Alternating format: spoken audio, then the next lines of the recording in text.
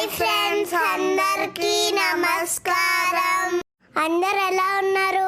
మా ఛానల్ని సపోర్ట్ చేస్తున్నందుకు చాలా థ్యాంక్ యూ. ఈరోజు ఏం చేద్దాం అన్నయ్య? ఈరోజు నేను వేమన శతకం గురించి చెప్పబోతున్నాను చిట్టి.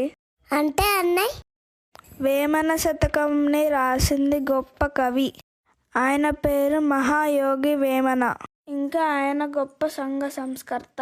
ఆయన సుమారు 17వ శతాబ్దానికి చెందిన కవి. ఓ అవునా అన్నయ్య, ఇంకా ఆయన గురించి చెప్పు.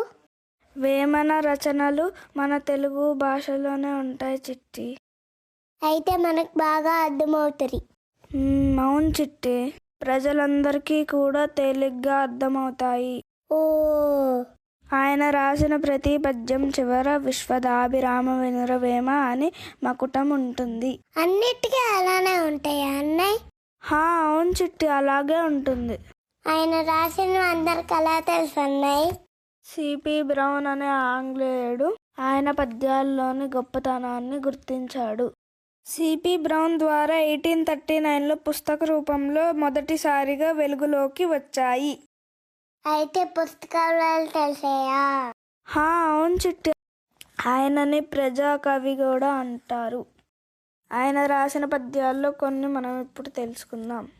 నాకు తెలియదుగా అన్నయ్య. నేను చెప్తానుగా చిట్టి, నువ్వు విను. మీరు కూడా వినండి, సరేనా? నగననగ రాగమతి శైలు చూనుండు, దినగ దినగ వేము తీయనుండు, సాధనమున పనులు సమకూరు ధరలోన, విశ్వదాభిరామ వినురవేమ. మేడి పండు చూడ మేలిమైయుండును, పొట్ట విప్పి చూడ పురుగులుండు, పిరికి వాణి మదిని బింకమీలాగురా, విశ్వదాభిరామ వినురవేమ.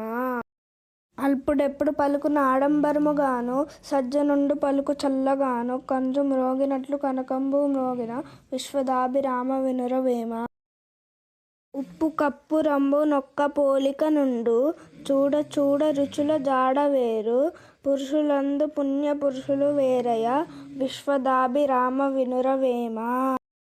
తల్లిదండ్రి మీద దయలేని పుత్రుండు, పుట్టనేమి వాడు గిట్టనేమి, పుట్టలోని జతులు పుట్టదా గిట్టదా, విశ్వదాభిరామ వినురవేమ. అన్నీ చాలా బాగున్నాయి అన్నయ్య. ఇలా చాలా పద్యాలు ఉన్నాయి చిట్టి. ఆయన రాసిన పద్యాల వల్ల మనకి తెలియని విషయాలు తెలుస్తాయి చిట్టి. చివరకు ఆయన జీవ సమాధి అయ్యారు. నిజంగా ఆయన చాలా గొప్ప వ్యక్తి. అందరికీ థ్యాంక్ యూ.